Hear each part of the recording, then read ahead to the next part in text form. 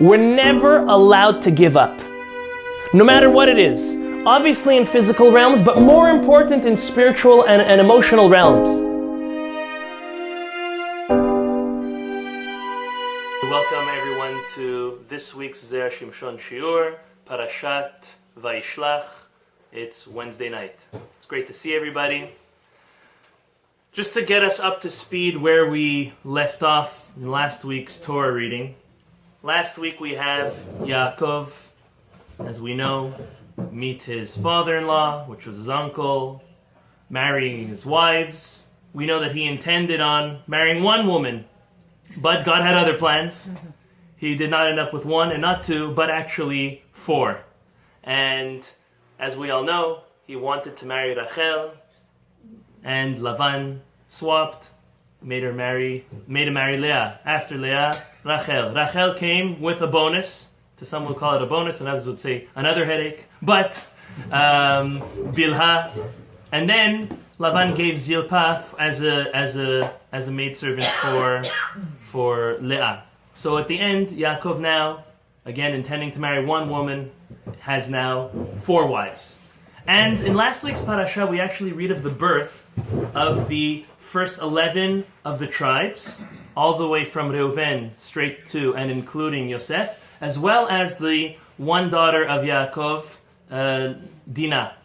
So there were 12 children born to Jacob in last week's parasha. Now, Jacob realized he's worked for his father-in-law for 14 years.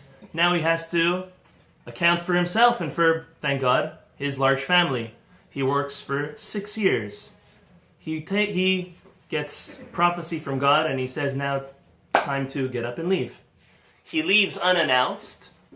Lavan is extremely hurt. How can you do that to me? And obviously Jacob didn't want to approach him. He didn't want to turn into a fight. He didn't want him to steal from him. So he picked up and went. Lavan goes, catches up. They have their little to-do. They powwow, hash it out. And then Lavan blesses his daughters and his grandchildren before they part their ways. Now, Jacob is at the age of 97. This is when he left. Remember, he was 77 when he got to Lavan's house. 20 years later, he's now 97 years old. And just to keep stuff into, just to get stuff into a nice, cleaner picture, Joseph at this time is now 6 years old. Just so we know. So, Yaakov Avinu is now 97 years old, and he again gets prophecy and he gets wind of his brother approaching him to greet him back home. And this caused a lot of insecurity, maybe a little bit of fear even in Jacob, and he's saying, wow, this is going to be the first time in 34 years that I see the brother, my own brother, who disliked me, didn't like me too much when I left. I'm sure it only grew and got even worse since then. And he got scared. So he prays to God. But he also did his own hishtadlut. He did his own efforts. And what he did was he sent, as the Torah tells us, malachim. And I'll read you the first verse of this week's parasha. Vayishlach Yaakov malachim el Esav achiv arza seir sede Edom. He sent messengers to his brother Esav. Now, malachim, the Midrash tells us, there's two ways to understand what is a malach. A malach can be interpreted as a messenger, as a human being. So he sent some messengers, literally. It could also be interpreted as angels, celestial beings. And the Midrash in itself has two opinions. Some say they were really messengers, and others say no, they were really angels. On that, the Zera Shimshon, he asks a question and he says, is Jacob just able to call upon angels to run errands anytime he wants? If so, where does he have this power, or how is he able to just have an angel run an errand for him just like that? On that, the Midrash tells us two different answers. One answer is from Rav Chama bar Chanina. Okay, we'll call him Rav Chama. Rav Chama says, and he makes a kal vachomer. let me just introduce to us and explain to us what a kal vachomer is. A kal vachomer is, if such and such is true, then all the more so, for this it would be true. I'll give a petty example. If I can pick up a table, well, all the more so can I pick up a chair, because a chair weighs less than a table, right? If I'm able to outrun a sprinter, well, I'm able to outrun my child running after me, for example. So it's called a kal, easy, obvious, vachomer, then all the more so. And therefore, Rav Chama learns a kal vachomer from Hagar. Hagar, which was the maidservant of Sarah Imenu. When she left the first, we know she left twice. Once she left and once she was sent. But when she left the first time, when she ran away from Sarah, when she found that she was pregnant and Sarah was still making her work, she ran away. There were some angels that appeared to her and told her, don't worry, your child, your offspring will also be blessed. So don't worry, go back to your position, and it is a merit for you to actually serve Sarah Imenu. And the Midrash says, well, if for Hagar she had angels come and help her, well, all the more so for Yaakov Avinu that angels can come and help her. Then he also brings another kal vachomer. He says, Eliezer, the slave of Avraham Avinu, when he came to the home of Lavan and Betuel, he also had angels come and help convince Lavan and Betuel to allow their daughter and sister Rivka to go with him. So again, if Eliezer could have angels do for him, well, all the more so could Yaakov Avinu have angels do for him as well. That's Rav Chama. He makes two kal vachomers. He uses this principle twice to prove that if the two servants could have, well, all the more so Yaakov. Rav Yosef, another one of the sages, he learns a kal vachomer from Yosef HaTzadik. What does he say? That Yosef, when he went to look out for his brothers, what happened? There was, many of us think one angel, it was actually three angels. We'll explain why in a moment. There were actually three angels that came to him and warned him, don't go. We know that he didn't listen. But nevertheless, he did have he had forewarning or an assistance from angels. And therefore, Rav Yosef says, if Yosef, the youngest of all of the tribes, the very son of Yaakov Avinu, he had angels help him, well, all the more so, Yaakov can also be helped. This is what the Midrash says. To that, the Zera Shimshon asks a question. He says, why does the Midrash need to tell me and answer this question of how do we know that Yaakov could use angels or have angels at his disposal, learning it from an inference and a kal vachomer from that concept of if for lesser ones they could use them, well, all the more so Yaakov. Why do you have to go out of your way and start choosing characters like Hagar and Eliezer as well as Yosef? There's a clear verse. If anyone would open the end of last week's Parashat, the end of Parashat Vayishlach, it says as follows, Vayifgeu bo malache Elohim, Vayomer Yaakov kasher machane Elohim zeh, and then the pasuk finishes off. That is right after he meets Lavan. Right after he meets Lavan, he continues on his way, and it says, the Torah tells us, that angels came to accompany him on his way. It's very simple. If we already know that angels come and accompany him on his way, why does the Midrash need to go out of his way to try to teach us from lesser biblical characters that the greater biblical character can all of a sudden and obviously use angels? That's the Zera Shimshon's question. Why are you going and inferring it from different concepts when we have a clear verse that tell us that after Yaakov dealt with his father-in-law for the last time, angels came and accompanied him? Now, over there, everyone agrees it's angels. It doesn't mean that messengers, those malachim, were messengers. There, everybody agrees that it was angels that came to accompany him. So according to the opinions that he had angels, real angels, why do you need to learn it from these inferences from other biblical characters? Yaakov Avinu himself had his own merit and his own accounts already of using angels. That is the question of Zera Shimshon. To that he answers, very nice, he actually uses a different midrash.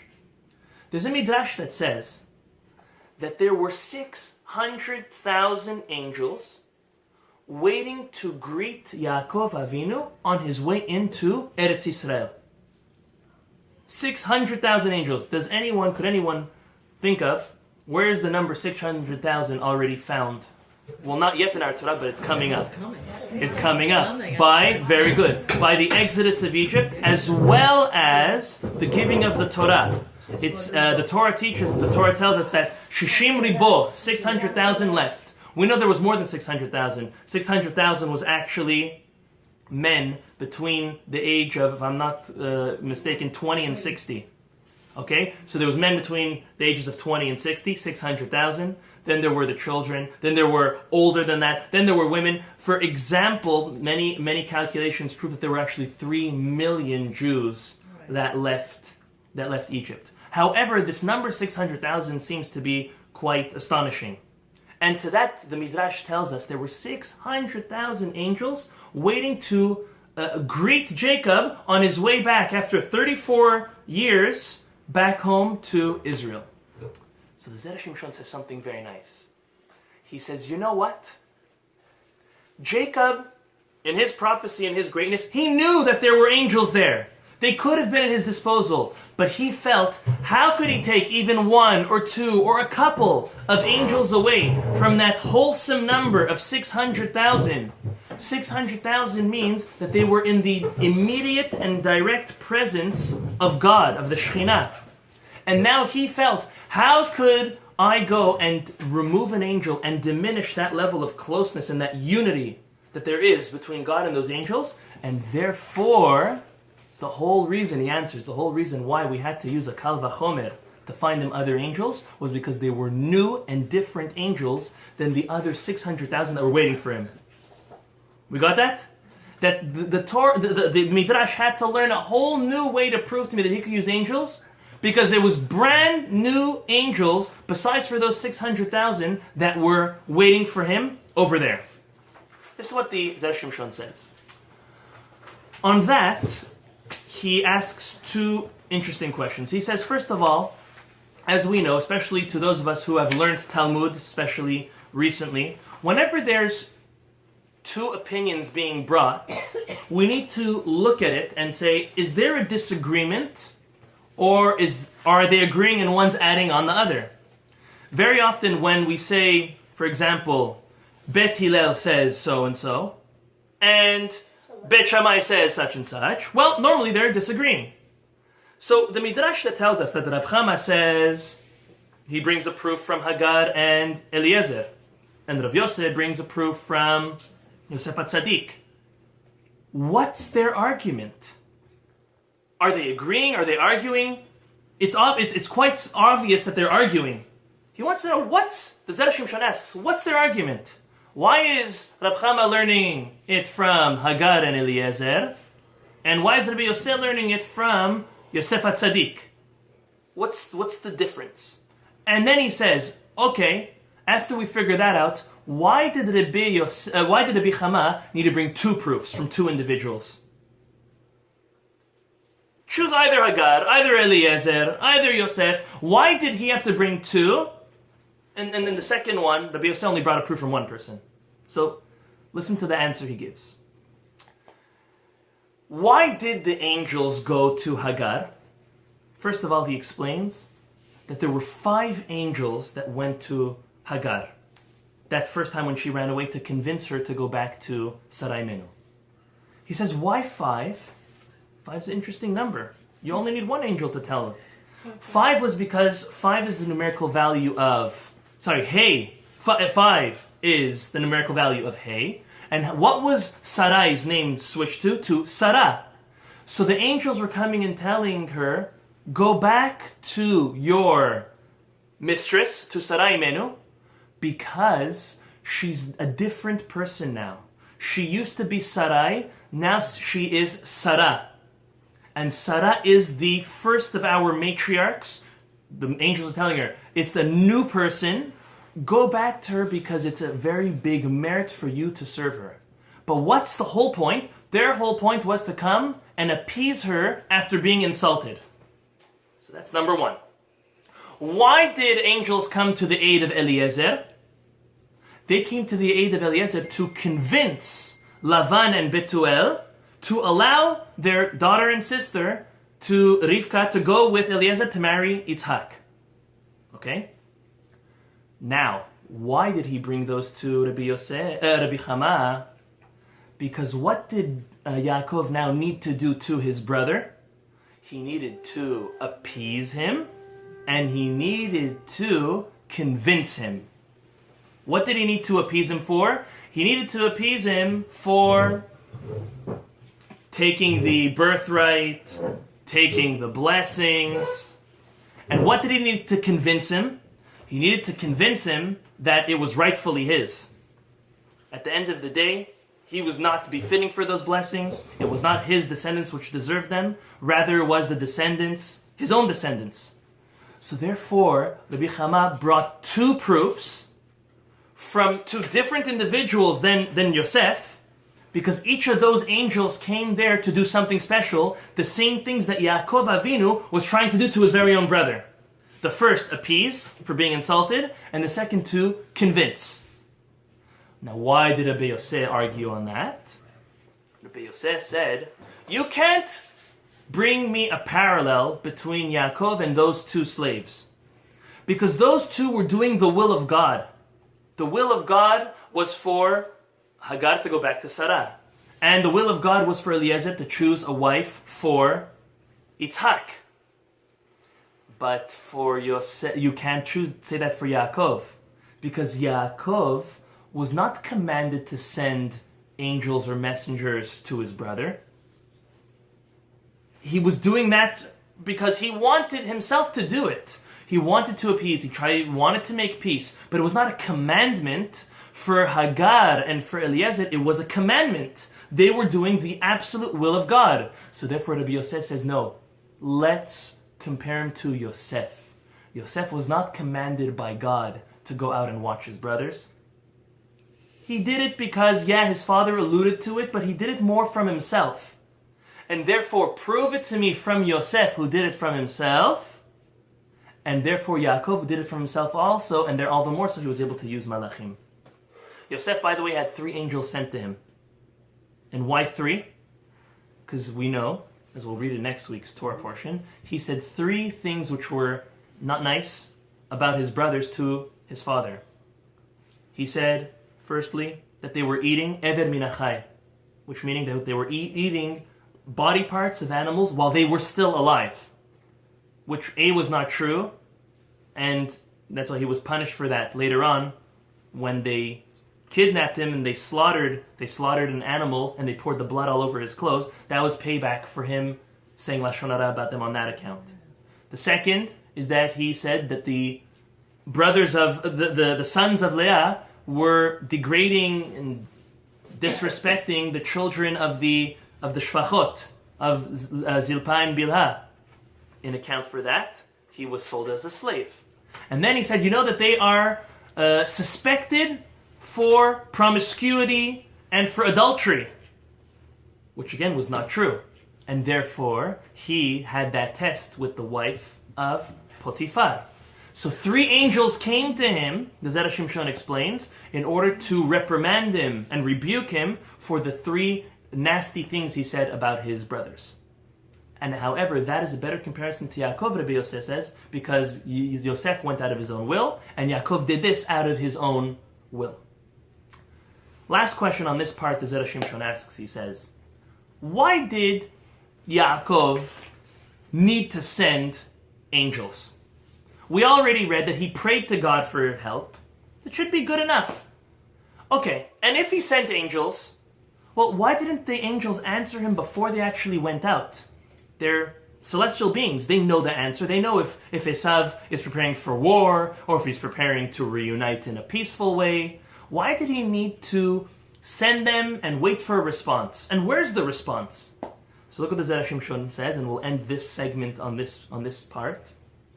He says that really the angels told Yaakov that Esav was willing to make peace with him and reunite. However, he still wanted to send them because he wanted Esav to do Teshuva. He sent these angels, or these messengers, however you want to learn it, in order to facilitate the repentance and atonement for all these years of bearing hatred and animosity that Esav had towards Yaakov. So he sent these angels, or these messengers, nevertheless, in order to promote this concept of Teshuva for his brother. So on that, I like to bring out a very powerful lesson. And that is, we see that no matter how far a person either is or sees others at, there's always a opening and a route back for Teshuva, for repentance. We see that Yaakov, he gave up. He did not give up. We see Yaakov Avinu not giving up on his brother at any cost. He'll send angels, he'll send messengers, even though he knows he hates him, that's fine. But he did not give up on his brother, no matter what. There's a true story that actually happened here in Miami.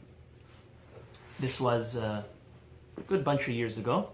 If anyone knows Rabbi Ephraim Shapiro, he is a prominent rabbi in NMB, North Miami Beach. And one day he was in a pizza shop, obviously a kosher pizza shop, in North Miami Beach, and he was sitting with his wife. They were minding their own business, they were eating, and a table over there were 4 guests, 4 ladies, close friends, that when the waiter brought out food to them, they gave him attitude. They started screaming at him, "This is not what we ordered, it's not hot." They were driving him crazy, and the poor waiter, it wasn't his fault, he's not the chef, he didn't prepare it. However, he was completely silent, the waiter. He excused himself. He didn't know where to put himself. He was screamed at like crazy. He put ticket and he just went back. When he returned, Rabbi Shapiro flagged him down, called him over, and he grabbed his hand and he put it on his head and he said, "Give me a blessing." So the waiter, Jewish but non-observant at all, looks at the rabbi with the long beard, and he says, "Rabbi, I don't understand something. You're the rabbi, I'm the waiter, you should be blessing me, I should not be blessing you." And Rabbi Shapiro answered that right now, your power of blessing is the strongest in the world. And he explained to him and said that our sages teach us that when one is embarrassed, when one has been degraded, especially in front of others, at that moment, if they decide to close their mouth and accept it, even though they might not even deserve it, and they probably don't deserve it, at that very moment, anything they pray for is 100% guaranteed to be answered. It's called working on yourself. It's called overcoming our natural instincts, which is, as we all know, we've all been in that situation, one of, if not the hardest things to do. So he explained that to the non-practicing Jewish waiter, and he blessed the rabbi. And he went back to the kitchen to do his thing. 5 minutes later, the waiter's name was Shoham. Is Shoham, he's still alive. He came over to the rabbi and he said, "Rabbi, I need to tell you, I grew up in Israel. I'm 23 years old. My family in Israel are ultra religious. And already when I was a teenager, I started going off and rebelling. I never felt the warmth that you gave me today, and I'm completely inspired." That's what he tells him. So the rabbi says, could be the time, the place that you used to be in, that maybe it was not appealing, but give it another shot. Give Judaism, give Torah another shot. Maybe it can speak to you and it can inspire you. And on the moment, he took his number down, he gave it to another rabbi who could follow up with him, and they got together and they followed up and they built a relationship and they continued on and he eventually found his way back to Judaism, married, children, happily ever after almost. And what's the lesson of the story? The lesson is we don't understand how much we can do by doing something so small. We don't understand how we could bring someone back by doing something so small. Something like giving someone a hug, by complimenting somebody, by teaching them some of the beautiful gems of our sages, which just inspire them and just want to get them connected. For women, maybe it's explaining a woman how important it is and the blessing there is in lighting Shabbat candles, or keeping family purity, or making challah. It could be that easy. And for men, maybe explaining to them about tzitzit and maybe tefillin and coming and partaking in the Talmud class. To each person, something else. That great line of the sages of blessing someone when you hold back. To some people, that touches them. That inspires them. But the point is we don't know what we can do, even just with a little bit of effort. And you don't need to be the greatest tzaddik or tzaddiket. And you don't need to be a rabbi. And you don't need to be a teacher. You just need to be yourself and realize that in our social circles, our family circles, little things that we can do can actually make a big difference. It's kind of like when you shoot a long shot, if you want to call it in golf, as a bow and arrow, as pulling the trigger to a rifle. If you move it just a little bit, down the line, it's really far off. So right now, you're doing something little. You're complimenting someone. You're inviting someone. You're bringing them. You say, hey, come check out our synagogue. Hey, why don't you read this book? You know what just off referring a book to someone can do to them? To many, they never even look at it. To others, it's a completely life changer. But that's just something small that right now it's a millimeter off.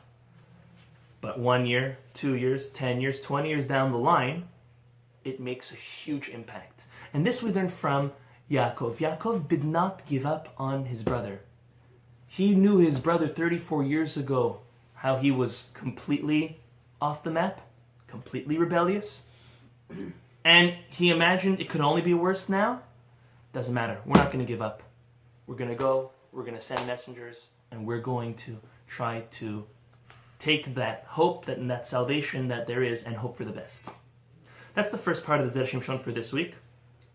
We're going to move on to the next part. So Yaakov now sends those messengers. We know that he gets a response, but he continues traveling towards his brother with his wives, his children, his livestock. And while he's traveling and he crosses over from one area to another, he crosses a river, he realizes he forgot some personal belongings on the other side of the river. So he goes back to get them alone. While he goes back alone, the Torah tells us that he has the famous battle between him and the angel of Esav. Him and the angel of Esav, they go at it. They, for most part, are going at it spiritually, obviously in spiritual, but how do you fight with an angel? Has anyone ever fought with an angel? The truth is... Yeah, my wife told me. Very good, very good. But seriously speaking, Yaakov Avinu, was the only man to ever fight an angel. And he won. We'll soon address that in a moment.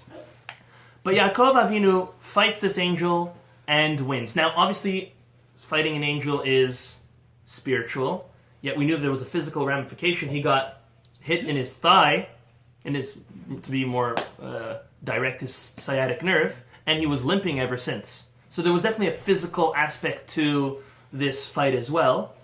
And Yaakov wins.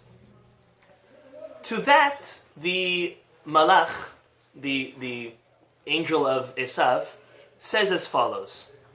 He tells him, from now on, your name is not going to be Yaakov, rather it's going to be Israel, and he gives him a reason. He says, Ki sarita im Elohim ve'im anashim vatuchal. He says, because you beat Elohim, referring to an angel himself. And you've also beat people, human beings, which refer to Esav. So you beat the angel of Esav, a godly figure, and you've also beat a human being, Esav. And he says, because of those reasons, now your name should be Israel, like Sarita, which is the Hebrew word for you've beat. Your name now is Israel, not Yaakov. So to that, the Zera Shimshon wonders, one second, is it one reason or two reasons? Is it because you beat the angel? Is it because you beat Esav? Is it because of both? Are they connected? Like, which one is it? So listen to a beautiful concept, and Hashem helped me, I pulled out a nice lesson from it. We'll see if you enjoy it. He brings down the Zera Shimshon and says, and this is something that bothered us all from last week and even the week before. It seems that Jacob, who is the Ish Emet, the truthful of all of our forefathers one, did something really not so truthful. He took advantage of his brother in his time of need at the age of 15 and he took his birthright. He did it again at age 63 when he and his mother plotted this plan to take the blessings. How could the Ish Emet, the greatest of our forefathers, the one whose nickname is truth, do something which seems so false, so untruthful? So the Zera Shimshon says as follows. The fact that he beat the angel proves to us that he never did anything wrong. And how? The Talmud in Masechet Sanhedrin tells us that a human being cannot beat an angel. No chance. An angel is pure, complete. You cannot beat something complete. As long as a person has at least one sin, one transgression that they've ever done, they're not able to beat an angel. The very fact that Zera Shimshon says that he beat the angel proves that he never did anything wrong by taking those blessings. It proves to him and to the whole world forevermore that what he did was rightfully his and not in a cunning or tricking or unfaithful way. Because how else could he have beaten an angel? A human being with at least one sin cannot beat an angel. So therefore, when the Torah tells us, Ki sarita im Elohim v'im anashim batuchal, it's two reasons. Firstly, now you just beat the angel. You've also beaten your brother Esav.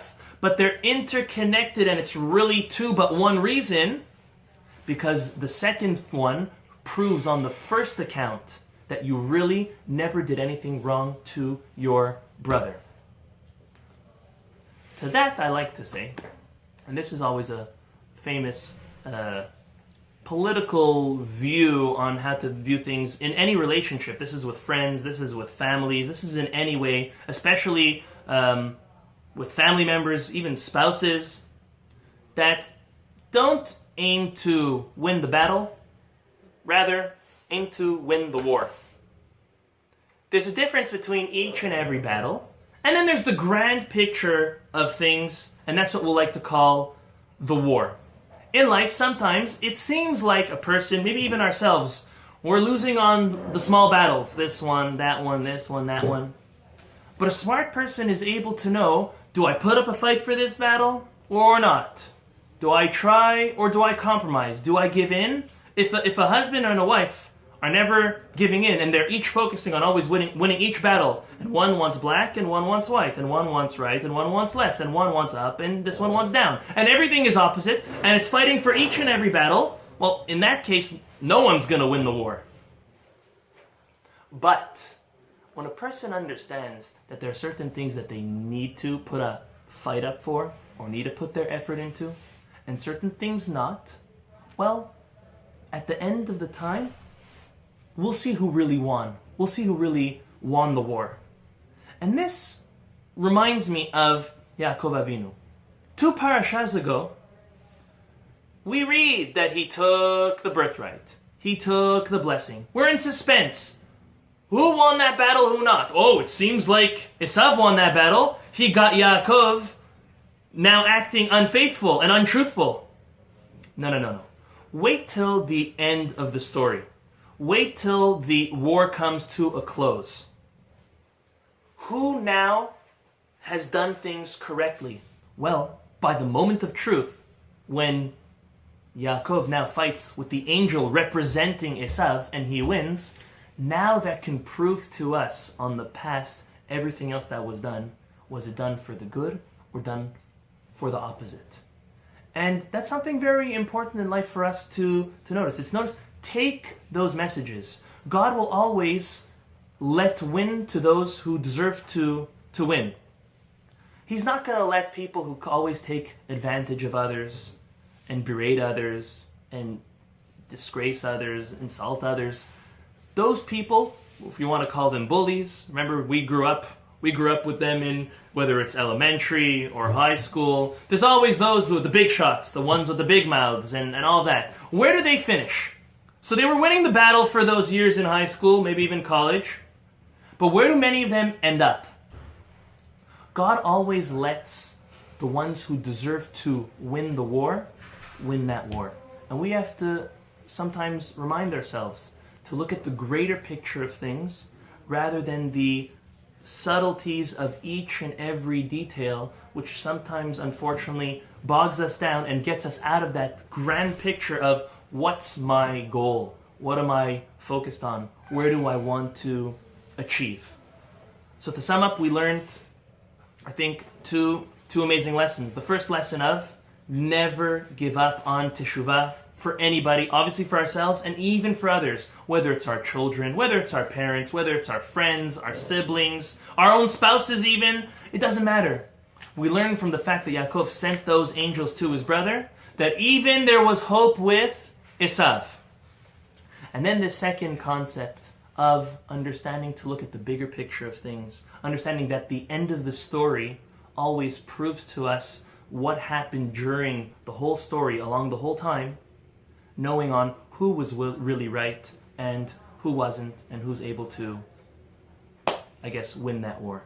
May God bless us in the merit of our very holy author, Rabbi Shimshon Chaim Nachmani, that his soul will be even more blessed and elevated up to Shamayim, along with all of those, whether of our family members or friends who have perished, and give a refuah shlema to all the those in need of a speedy recovery in Klal Yisrael, whether they're ones that we know of, that are close, family and friends, and even to all the world, worldwide, anyone who's in need of a Yeshua, of any salvation, as we know that the author promises, whether it's parnasah, livelihood, health, happiness, children, to some, whether it's a job, to some it's a shidduch, to find their soulmate. May HaKadosh Baruch Hu bless all of Klal Yisrael on behalf of the learning that we've done this evening in the merit of Rabbi Shimshon Chaim Nachmani, Zecher Tzadik Livracha, Baruch Adonai Le'olam, Amen. Amen.